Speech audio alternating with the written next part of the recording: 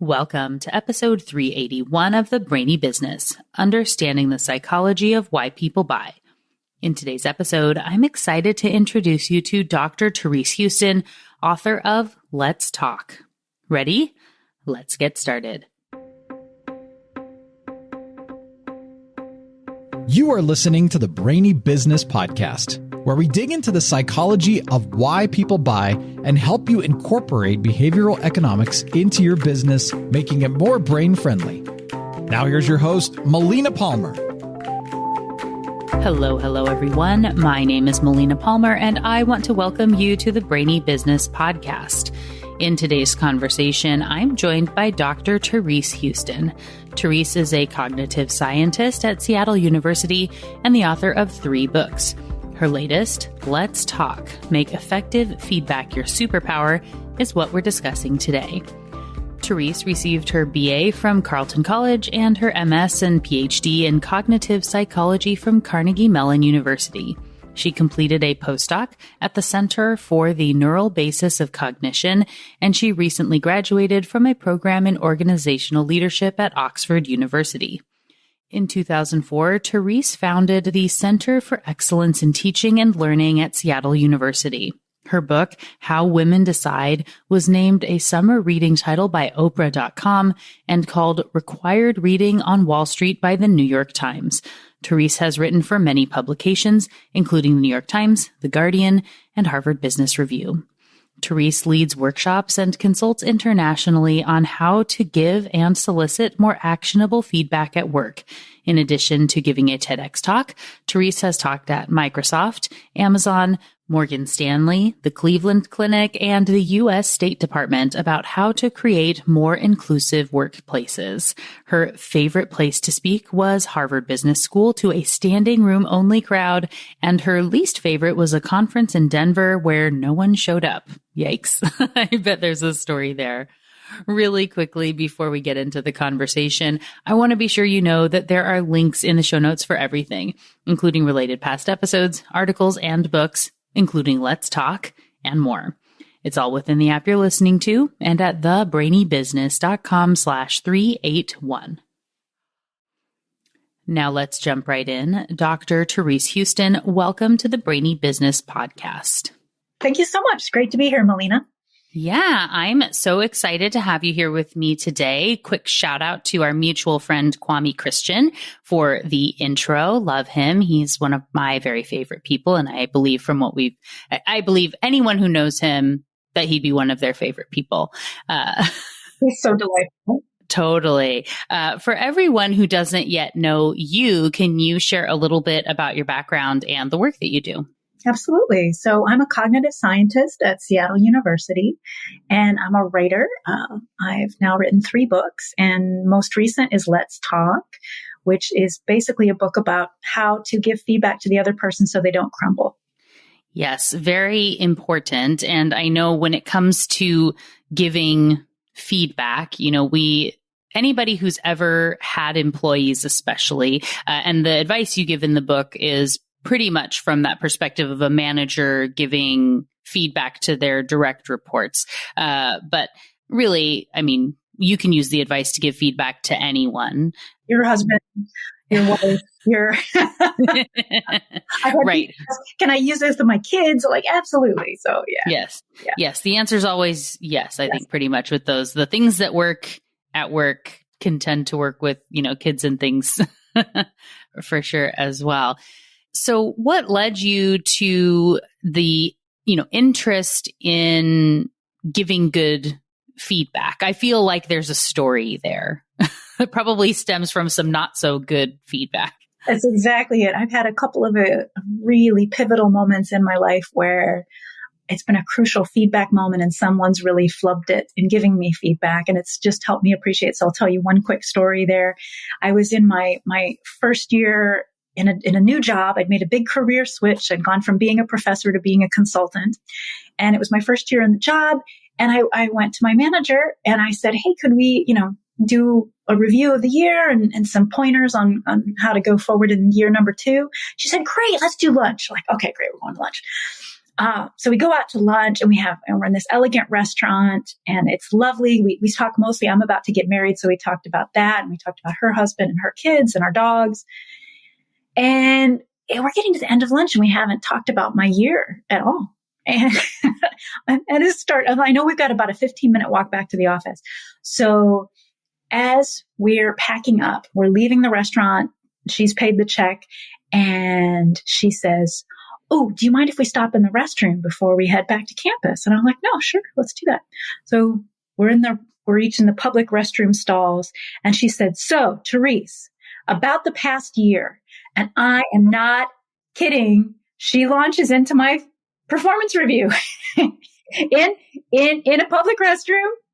We're both in our stalls. I'm like, "No, I can't even write this down," let alone who could walk in, And I think she meant well. I think she had the best of intentions. I think she was just all of a sudden remembering herself like, "Oh my gosh, wait, I need to give her feedback. That was the whole point of this lunch." And she knew she was only going to say positive things, but I didn't know that. I had no idea where this conversation was going. And it was really, it taught me two things. One, the other person has all the power, the person giving the feedback, whether they see it that way or not, because I could have said, no, not now, but I didn't feel I could do that, especially my first year in the job and new in my career. First of all, the other person has all the power. And secondly, even when they're really well-intentioned, they can flub it, because I do think she was well-intentioned. She was great at feedback most other moments. I've got a couple of other hard feedback stories if you'd like to hear more, but that was one that to me just was a pivotal moment of, people need help doing this better. Well, and that is definitely, as the receiver, right? And where, like you said, your boss definitely has power. And there's this fear and concern that if you were to say, like, "Can we wait till we're out of here?" Like, and then she feels awkward and uncomfortable. And then is that going to totally sabotage your whole career moving forward? And you're going to jeopardize all of this. And then your brain is spinning on all that sort of stress instead of, and like what might happen, instead of being able to pay attention in the moment. Exactly. I mean, Melina, I can't tell you anything that she said. I have no memory of that. I have the memory of the panic. I remember the color of the bathroom. I mean, like all these irrelevant details. And like I said, what she said was positive, but you're exactly right. I couldn't process the content of what she was saying because everything else was such a threat in that moment. Yeah. Yep. Yeah. You definitely have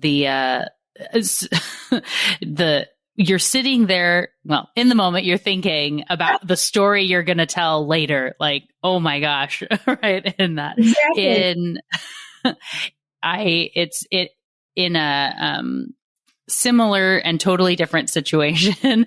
I give an example in my second book, What Your Employees Need and Can't Tell You, which I think these two dovetail really nicely, which I believe is why Kwame introduced us.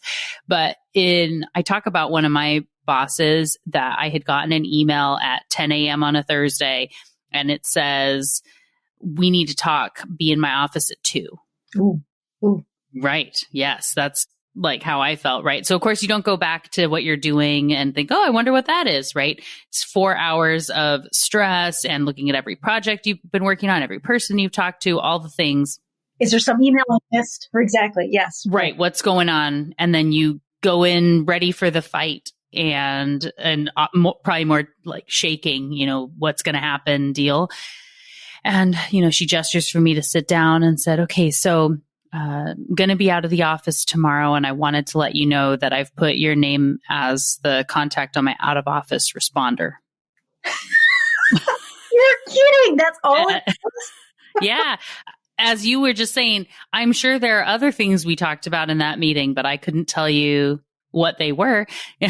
And the same in that moment, if the intent was to be bringing me in to give some sort of feedback, to try to coach me on something, even to tell me about something that was a change that she thought was positive and that I'd be excited about, there's no way that I'm ready to hear it. And that's why that framing and the setup and all that presentation matters so much. So I think the audience listening, especially if they've been around for a while, they've heard that story before. So sorry to tell it again here. But for everyone, just to know, it would have been so different when we think about just the little moment of thoughtfulness, the little bit you can do to be the ripple of positive change. Like if her email had instead said, I'm going to be out of the office tomorrow. Do you have some time at 2:00 to talk about it? Yeah. Easy. I don't lose, all that time. And so thinking about the ripples of effect that come from those little moments that we think are nothing, but they can be everything to someone else, especially the higher we get in an organization. I think you've got such a good point. I was listening to a podcast recently from someone else who works in the same space that we do. And he was saying that one of the things he'll say to people when he tells a story of a time when he had really bad news for someone. And what he did is he left them a voicemail message saying, I've got news you don't want to hear. Call me as soon as you can, right? Knowing that person wouldn't be available for a few hours because they were in, their parade of Zoom meetings that we're all in. In any case, he was saying this was a great strategy. And it was so fascinating because I thought that's a great strategy if the two of you are equals, or if you have more power, if you feel you have a lot of power, but when you feel you have low power, just like in both of our stories, you feel like you can't think about anything else for the next couple of hours, right? And you're on such high alert that you can't take in parts of the message when you finally do find out it's actually not as alarming as you thought. So anyways, it's really tricky. I'm not a big fan of making people panic before you give them the news. It's one thing to say, hey, I've got bad news.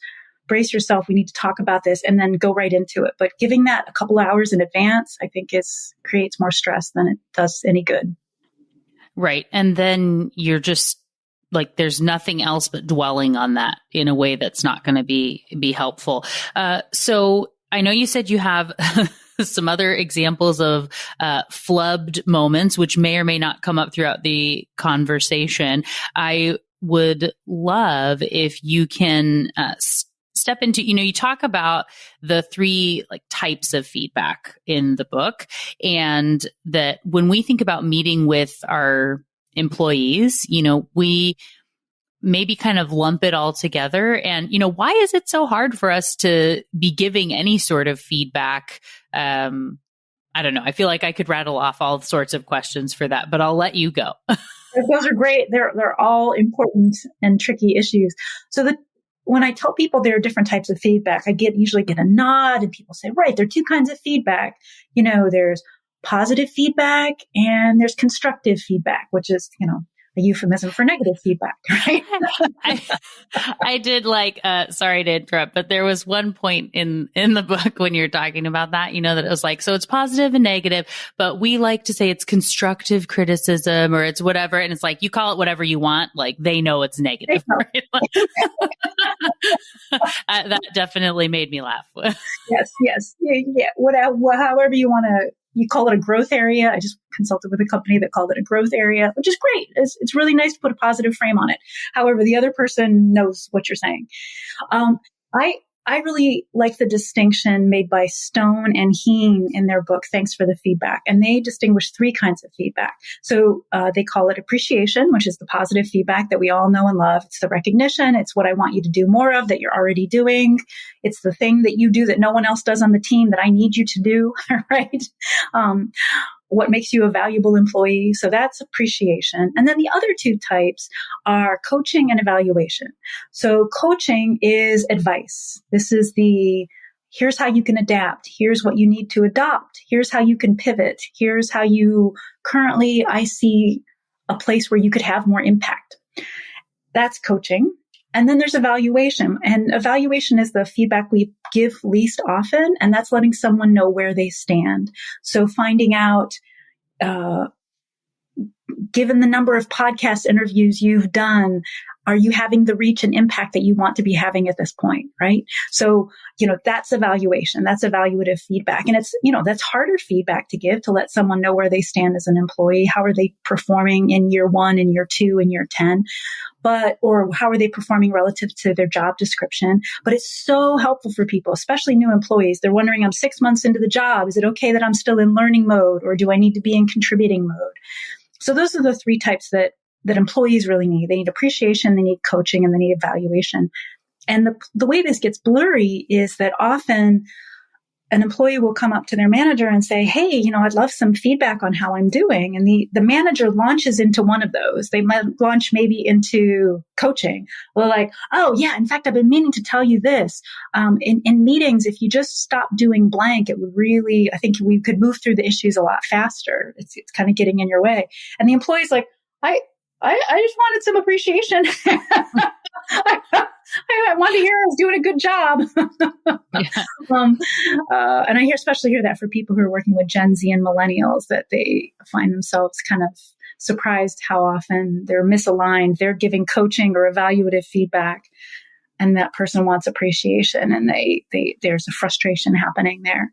In any case, so I really coach people on being more specific about the kind of feedback that you want. Appreciation is definitely the hardest to ask for, but you can kind of do it jokingly, right? I have said to people, like, it's been a hard week. I would love to hear one thing I'm doing right, please. And then my manager in that situation can lean into like, oh my gosh, I didn't know it was a hard week. What's going on, right? So they can show care while they're drumming up in their mind, like, what could I say that would be genuinely appreciative feedback, right? So anyway, I encourage people to get specific on either side, either asking for what you need, coaching, evaluation, or feedback, or being really clear as a manager, like, okay, I have some coaching to give you, but you're asking for evaluative feedback. Let me give that some thought, right? Yeah. Well, and so in that case where if someone doesn't have the language yet, right? So you have an employee that's coming up and saying, hey, I need some feedback, and go, oh, would you like coaching or evaluative? Right? And I don't know, right? That could be True. almost a worse situation, right? So, do you have a recommended best? We love questions around here. And I know there's a good open-ended question there. When someone says, I'd love some feedback, what can we say to help gauge what they're actually asking without them necessarily being given the type, kind of words? Yeah. So a couple of different things that you could do there.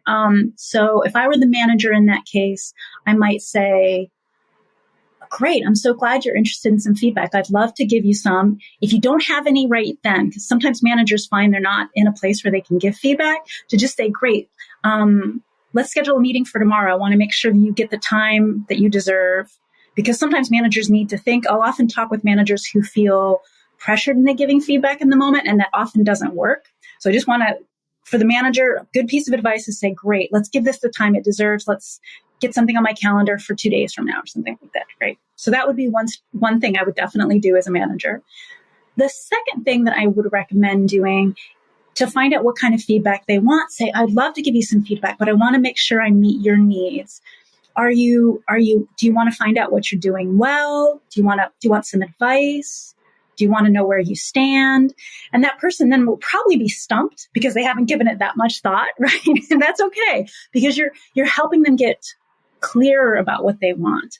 And so that if you do, they say, oh, I don't know, I just was, just how am I doing? That's the usual typical response. And you say, okay, great. Well, I think I've got some advice that might be helpful, but if there's other kinds of feedback that you want, let me know. So it's really nice as a manager, you're trying to raise the level of discourse, right? You're trying to give the other person some ways so that the two of you can be more helpful to one another. So that would be a piece of advice that I would recommend, is to say, like, let's talk tomorrow, unless you're ready, but don't feel. I've talked to so many managers who try to give feedback before they're ready to give it. And then the second piece of advice would be to simply say, great, so do you want to hear what you're doing? How you're knocking it out of the park? Would you like a little bit of advice, or do you want to know where you stand? And it's really interesting because once you put it out there, do you want to know where you stand? I usually find about 20% of people want that. And that's higher than most managers expect. So if somebody says they want that, say, great, but I am going to need to give it a little thought, because that's typically something where you need to step back as a manager and think about it. Yeah.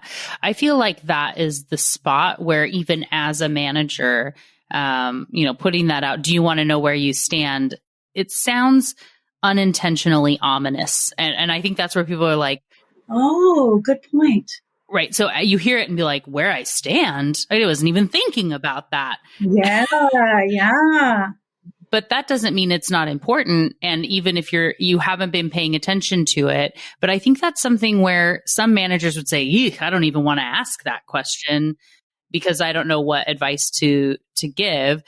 So knowing that this, that's in that evaluative feedback, right? Yes. And where you were saying that's the one people do the least and don't necessarily think about and don't even know what they don't know in there. So it's sort of a very much like ostrich effect of like, that's a thing that someday maybe I'll think about, but I don't have time for now. What sort of advice would you give to people about that? So if you don't want to put that out there because you're afraid the other person's going to freak out, then just give them the two options. Do you want to know what I love about your work? Do you want some advice? Is there something else that you'd like? You could just leave out do you want to know where you stand if you think you're going to upset the other person by even suggesting that.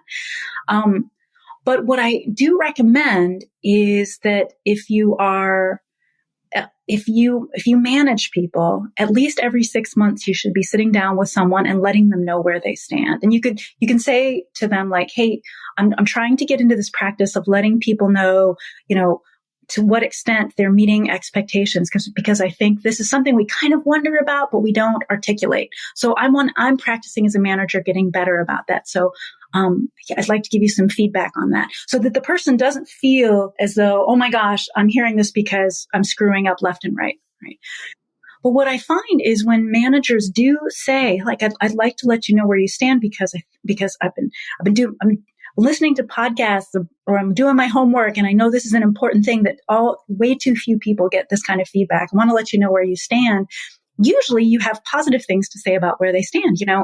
I went back over your job description and you're doing like 3 things that go not even listed on your job description. I'm so impressed and you're such a valuable asset to this team. What usually happens is managers come back and say, when I had those conversations where I let people know where they stand, the other person was so grateful that they've never had a manager do that for them, that it reassures them. They had anxieties they hadn't articulated, and now they realize, oh, I'm exactly where I need to be. And here's how I get to the next level. If I want a promotion in the next year, here's what I need to be doing. It allows for those conversations to happen more fluidly. Yeah. Well, I think even if so everyone who's listening, if you were sort of shying away from asking the where you stand question, know that like when you heard what Therese was saying about the what that actually means, right? Of how you're progressing and what I see and things that you can be working on, you probably thought, man, I would love to hear that. If you think about from your own boss, right? You would love to get that sort of feedback and you probably don't, not for sure, but what we know statistically, probably not. You have an opportunity to be the first one to start to give that and hope that there will be some sort of rippling effect that comes from it, right? Because then you can go back perhaps and talk to your boss about how you've been giving this type of feedback to your employees and what you've been able to see. And then maybe they'll go, oh, I didn't even think about that. Maybe I should do that. Can I practice on you in whatever, right? You would be amazed at what can happen when you put in that little extra step. And I know it feels a little scary, but I think it's totally, totally worth it. Absolutely. And it's really nice because it opens up an opportunity. When you get into the conversation of where you stand relative to expectations, relative to what someone in your job is supposed to do, when you get into that kind of conversation, you can then get into a conversation of like, so are there any skills that you want to use in this job that you're not using yet? Right? You can get into some textured conversations that take you out of the normal day-to-day deadlines, projects, and you get into more career mentoring. And some of us have trouble moving into that space that doesn't come naturally to us. And these kinds of conversations of, hey, let's talk about where you stand relative to what I'm hoping for in your role. You can get into some nice mentoring. Yeah. I'm definitely going to link to when Scott Miller was on the show recently, he was talking about his new book, The Ultimate Guide to Great Mentorship, which I think is a fantastic book. And I was thinking about his book a lot while reading yours, of course. And but when you were just talking about that, it reminded me of something that I really loved in the book that was not in the prep questions I asked you. So if you don't have something to share at the moment, that's okay. But there was the piece on the me versus we type of work and tasks that people have, and how that you can be identifying some of that and helping people. It may be jumping way too far because it was kind of late in the book, but if you're able to share a little bit about it, I think it would be helpful for people. Yeah. So a distinction I make in the book, when you're giving appreciation to people, we're going to talk about what someone's strengths are in their role. And a distinction that I like to make, it's kind of a silly distinction in terms of the words, but the concept is so important. So the words are me strengths and we strengths. So a me strength is something that feeds that person. It makes them happy to be doing their job. And a we strength means the team is better because they do it. So an example that I ran into in my current organization, I work with someone who loves to design websites. It's not part of his job. It's just something he kind of does on the side. But I think he would have been a graphic designer in another life, right? Just if he could hit the reset button. So when he gets to tinker with our organization's website, he loves those are the days, probably his favorite days at work. So, when I was his supervisor, I used to give him opportunities to tinker with the website whenever I could. It wasn't the main part of his job, but it helped him love his job. So that was a me strength. Whereas his we strength, the thing that he didn't necessarily love, but that he did so brilliantly, is if there were a tense topic, he was masterful at making other people laugh and be comfortable about that topic. So let's say something like racism came up in a group discussion and we're talking about racist policies in the organization. He could make it light without detracting from the topic. He could crack a joke that we would all laugh and kind of the tension would go down, and then we could dig back into the hard topic. And so it was really interesting when I was his supervisor and we would talk about his strengths in the role. I would let him know, you've got to let people know what their we strengths are, because they're not going to gravitate towards those, but you want to let them know when you do this, it makes the entire team perform better. And if there are ways that I can make that easier for you, I want to do that because that is a unique strength that you bring. And you want to let people also do their me strengths, but I don't need to tell him he's great at web design. I mean, he likes to hear it, but he already knows, right? It feeds him. He gets in the flow, right? When he's doing website design. So you want to give people the opportunity to exercise their me strengths, but you want to make sure you comment on their we strengths, because otherwise you not only want to give them chances to do it, but you want to let them know how valuable it is, because they probably don't realize the impact they're having, or they don't, they might do it begrudgingly, and you just don't want them to ever stop doing it because it helps so much. Yeah. Well, and I think with that too, like you're saying, with the acknowledging the me strength and that you see them. So I love the piece of the we strength. So it doesn't become they're asking me again, but it's like, they're looking to me again, right? It feels good in that way, right? Yeah, and then with the me, like you were saying, something with the website, that probably doesn't come up all that often. And if you can try to find, maybe there are some other things that you don't know about that could come up. And so being able to say, hey, I know that, I've noticed you really love doing this website work, and I try to give that to you whenever we have it because I know that that's valuable to you. But is there another me strength that I'm missing that we haven't seen that you would love to incorporate? Right? Exactly. Beautifully said. Exactly. To find out what that person might wish that they had a chance to do that right now is just a hobby. And if it were a chance, they had a chance to do it at work, fabulous. And it might even turn into a we strength. I know someone who is very confident, and that confidence, and she enjoys being persuasive. And it's both a me strength, like she enjoys persuading people and kind of bringing them onto her side. And it's also a we strength, like they happen to be one and the same. So because it really helps the team that she can persuade, like she's the person to put in a tough negotiation. So it was really interesting because they can be the same, but they're often different. And I love your thought of asking someone, what's one of your me strengths that I don't know about? Maybe we can find room for it here. Yeah. And the best thing about all of this, anything where you get a common language that you can be looking to that makes it easy for someone to say, oh, hey, I realized this was such a me strength. I've never tried this before, but whatever. And it gives you the words to use and to communicate, in a way that then helps people to have those conversations where when you don't know if anybody cares, then sort of like, well, I guess that was fun. And then it just goes off into the ether, right? But if you're able to have the conversation, say, thank you so much for giving me this project. I hope it was also a we strength and we would need it, but it was such a me strength for me. I really enjoyed X. And that's something that can just help as a way, again, to facilitate the conversation that I think would be really powerful. Exactly. So both sides can use the language is what I hear you saying, not just the manager, but the employee can bring it up. I love that. Yeah. So we've talked about now some of that evaluative feedback. We've talked about our appreciation, and then there's the other stuff.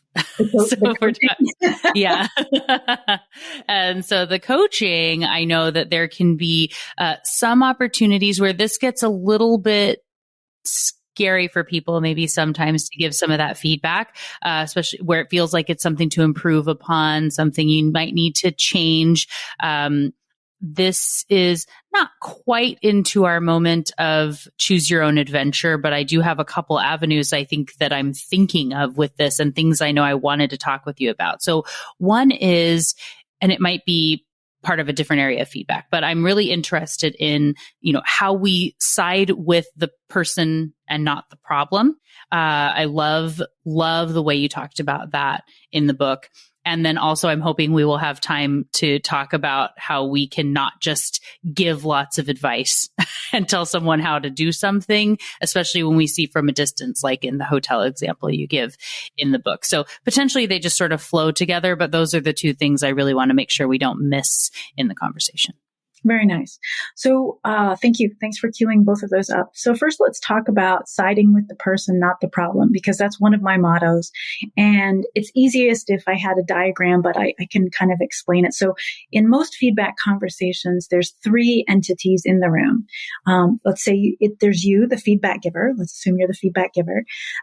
There's whatever the issue is. Let's say there's a problem that you want to raise. And then there's the feedback recipient. So the feedback giver, the feedback recipient, and whatever the issue, in this case, let's assume there's a problem that you want to raise with the person. All too often, people don't mean it, but as a feedback giver, they side with the problem, especially people who are conflict avoidant. They'll think so much, they won't raise the problem and they won't raise the problem, but they're thinking about it and they're thinking about it. And by the time they raise it, they are so cuddled up with that problem.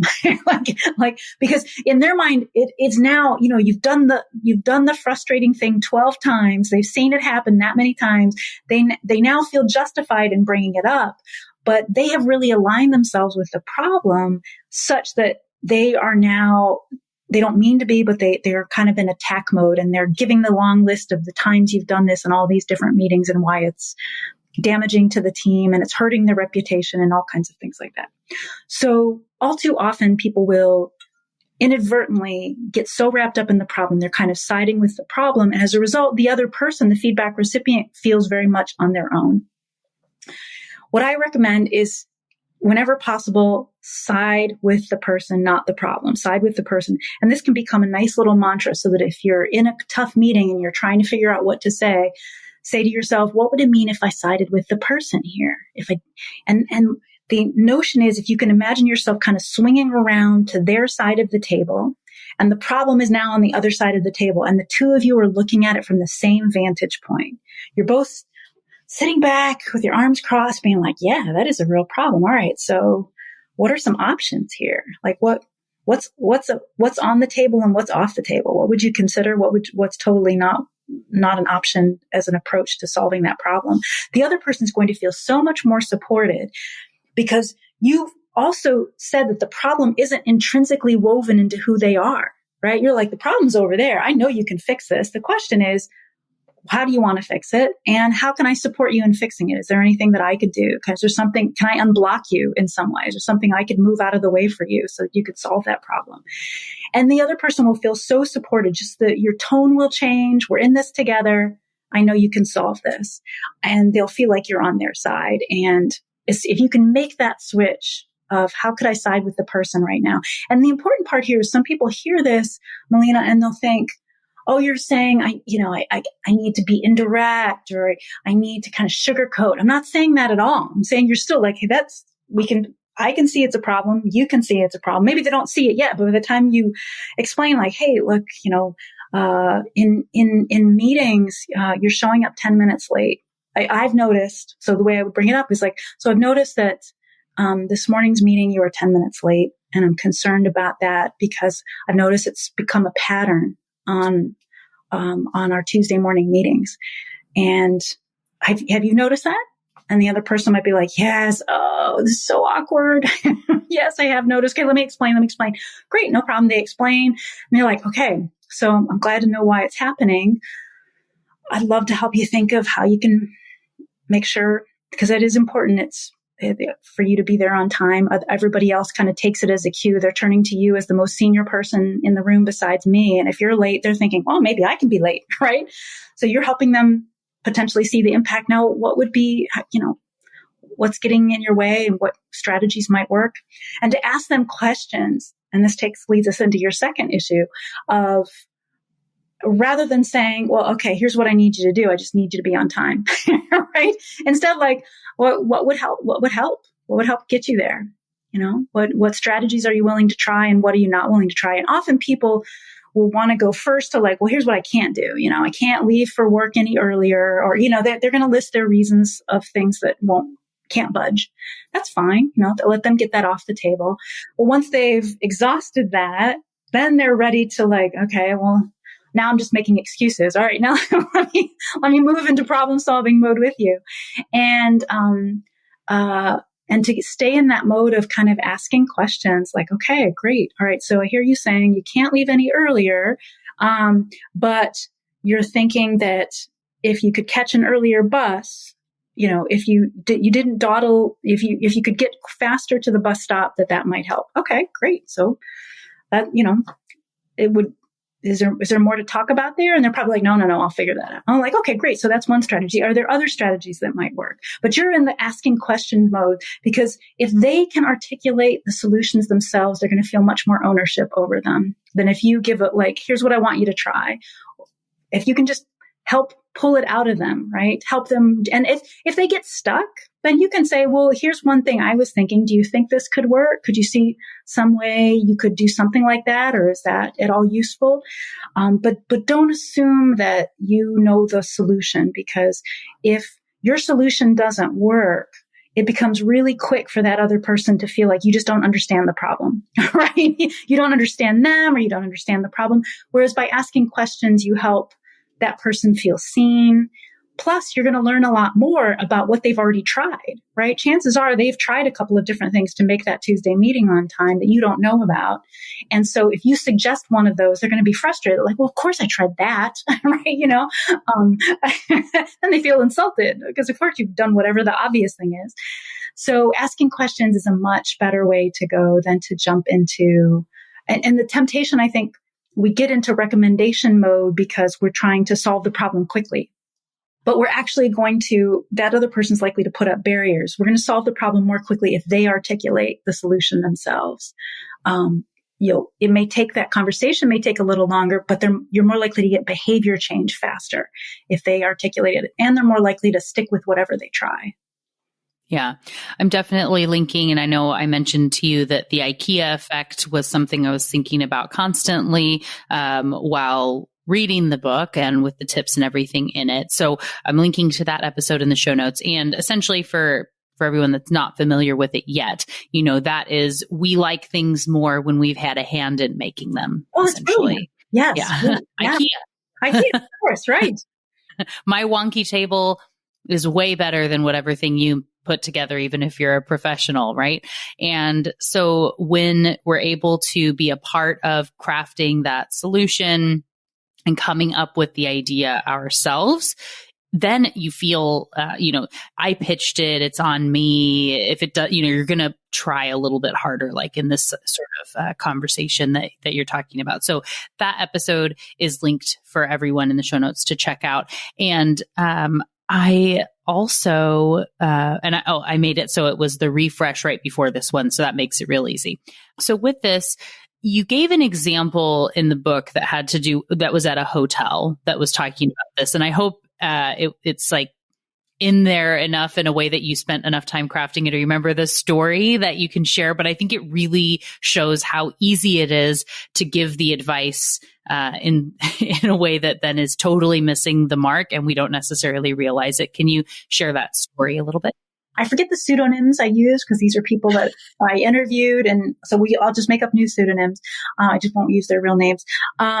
So I'm going to call him Pablo. Pablo's working for a major HR firm, and he's sitting in the lobby of a really expensive hotel. It's evening. The lobby's quiet because it's getting close to 10 p.m. And he's having drinks with the general manager of the hotel. And Pablo's going to run a workshop for them the next morning. He's flown in from out of town, so he's staying at the hotel. And anyway, they're just having a nice chat about how the last workshops went and how tomorrow's is going to go. And this guest comes in, a woman comes in a huge rush. She's in a business suit, and she's kind of juggling her wallet and her phone and her bag. And she gets to the front desk, and they're far enough away from the front desk that Pablo and the general manager can't quite hear the conversation. But there's the exchange of cards. There's the fluster of getting the hotel room key. And suddenly, the guest is off and she's on her phone and she's gone. And, the general manager goes over. He's just like, "Hey, I'm gonna go check and see what happened," because there was clearly some tension there. And the general manager goes over to talk with the I forget the rest of the story. Do you want to help me with the key details because it's been too long? Oh, yeah. So it was the person at the desk. And then since I read it yesterday on a plane, fun enough, Thank you. It's here. And the manager then goes up and gives all the advice about how she could have been more courteous and given examples of things and walked her through the stuff of the hotel and all these best practices of this way and asking for details about her day and how her flight was, and asking a bunch of questions to help have this moment of engagement with the guest. And then the general manager walks away feeling like, haha, I've done it, and the employee looks very, we'll say despondent, right? They were frustrated. Yes. Okay. And I can pick it up from there. Thank you so much. Pick it up. Yes.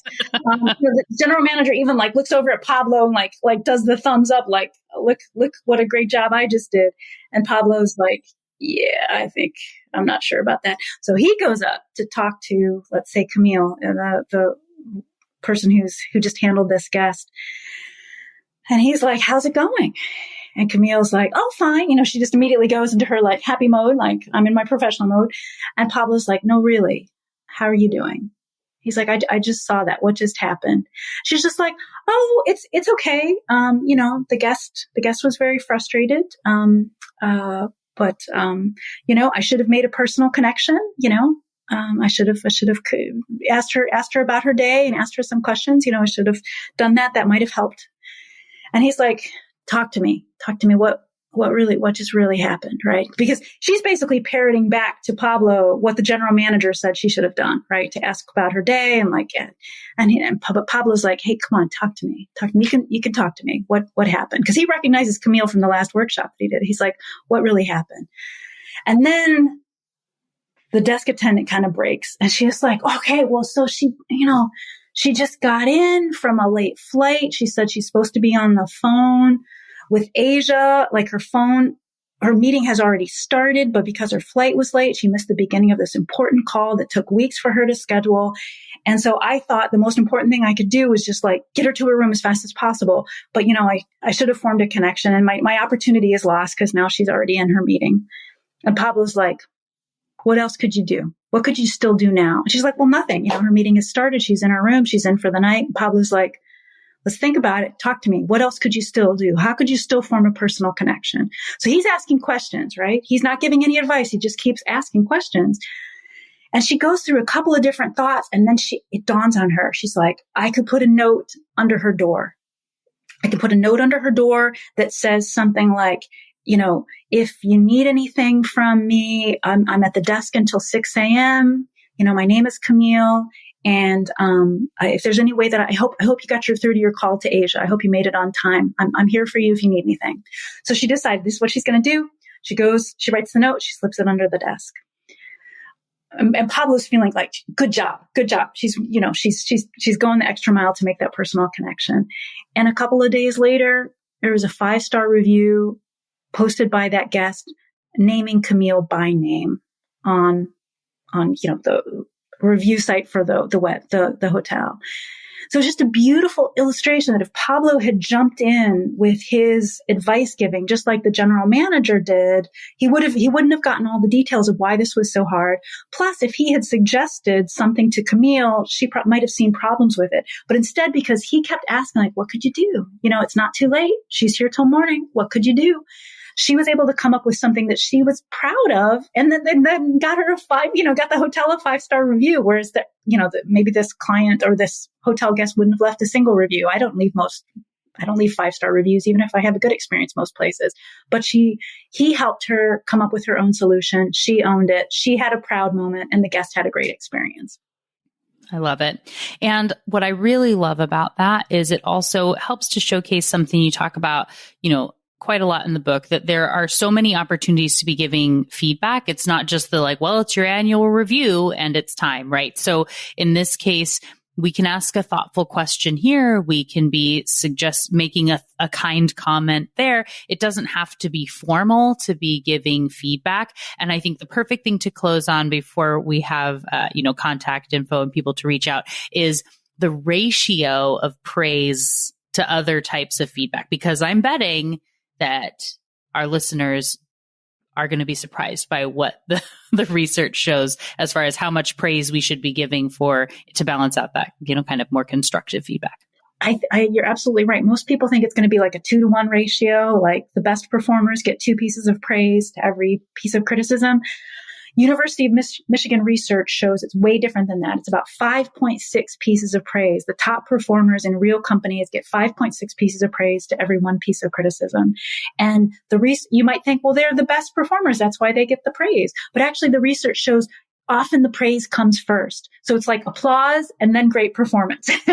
Because when you get the applause, that somebody's paying attention and my work will go recognized. And so people raise their effort when they know that they've already been seen and thanked for the great work.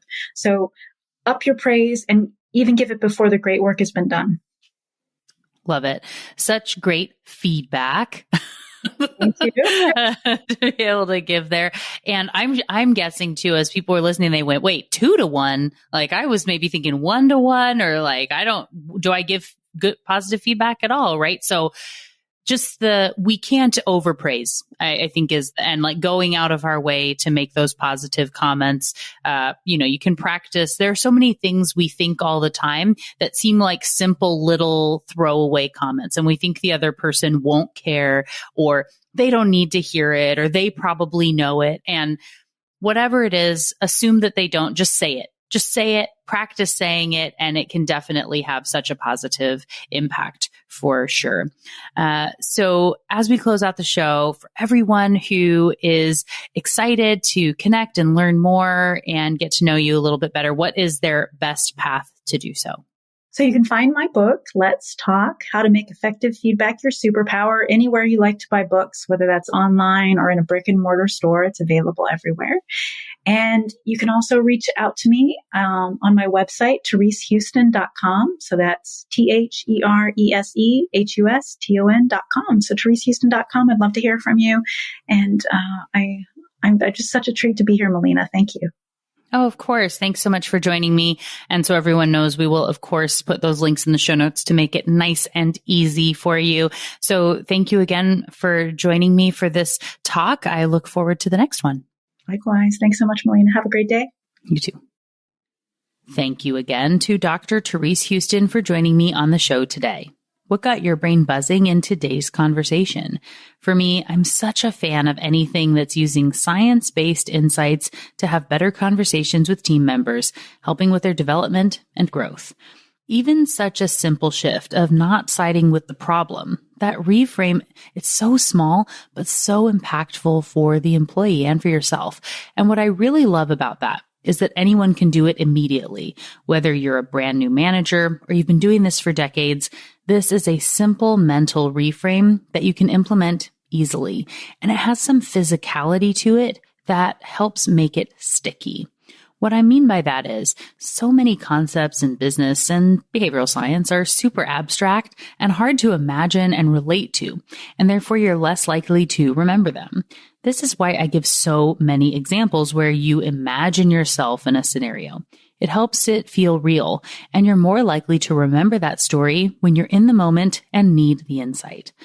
In this case, you can imagine yourself buddied up with the problem, siding with it and pointing at the employee to focus on all the things they're doing wrong. You can then imagine yourself stepping away from the problem, turning around, putting your metaphorical arm around your employee to look at the problem then from this perspective. You can ask a reframing question like, am I siding with the problem right now? Or how might this feel different if I were on the same side as my employee? You get the idea, but this can be implemented with so many of the other pieces of advice in Therese's book and from our conversation today. I can't wait to hear how you implement the ideas and what stuck with you the most. So please do come find us on social media, links in the show notes, and know that I'm the Brainy Biz pretty much everywhere, Melina Palmer on LinkedIn. As always, there are details and links in the show notes for everything, including my top related past episodes, articles, and books, including Let's Talk, ways to connect with Therese, and more. It's all waiting for you in the app you're listening to and at thebrainybusiness.com/381. And thank you again to Dr. Therese Huston for joining me on the show today. It was a delight to chat with and learn from you. Join me Tuesday for another brainy episode of the Brainy Business Podcast. It's going to be a lot of fun. You won't want to miss it. Until then, thanks again for listening and learning with me. And remember to be thoughtful. Thank you for listening to the Brainy Business Podcast. Melina offers virtual strategy sessions, workshops, and other services to help businesses be more brain-friendly. For more free resources, visit thebrainybusiness.com.